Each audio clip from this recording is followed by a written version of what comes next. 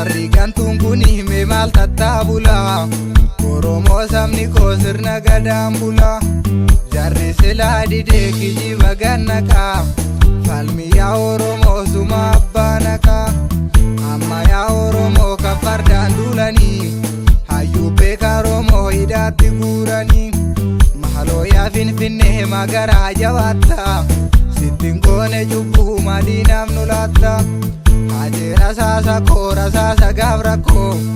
Akamisi obsu gubate garango. Ya urufa kuyu ya kachi safarda. Kenya goni dus gotu matumada. Dina jala kate ofuma hubada. Walla gaf gujira laminko harjaye. Oso biya kabume kabiya baye.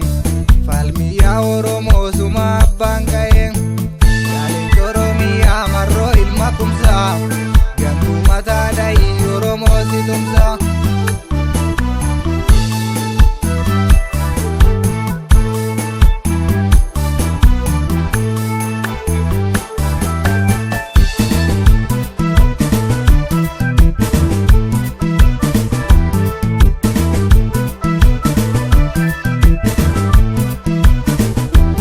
Almatu kai sabako itti jina folle nuti sarminu rorro itti cabsi akerro. Arrasto kumman kaane suma kokkolfee nu gane kijiba gantuu feenu nuti falmannaa kaane. Oromoon gamtaadhaan ka'ee gachana feeboo qabate gaafa tokkummaa kee argu laali naftanyaan baqate. Agari tulluu laali kan gafa fannoo dagami wal gurmeessi akerro gara jalmarroo makami. Arroota caffeen tiskini seeraan eegiyaa tamanu andu'ee tambaadha malee yoomuu naftanyaa namanu. Olkayyeeroon geesse leenca Oromoo gobiyyeeroon geesse.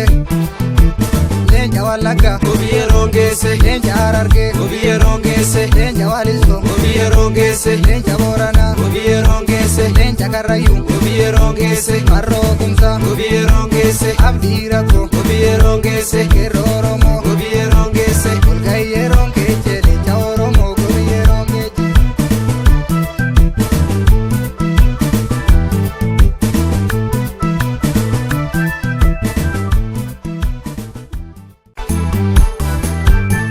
Jarri gantuun kun hime maal tattaabula. Oromoo sabni koo sirna gadaan bula. Jarri silaa didee kijiba gannaqa.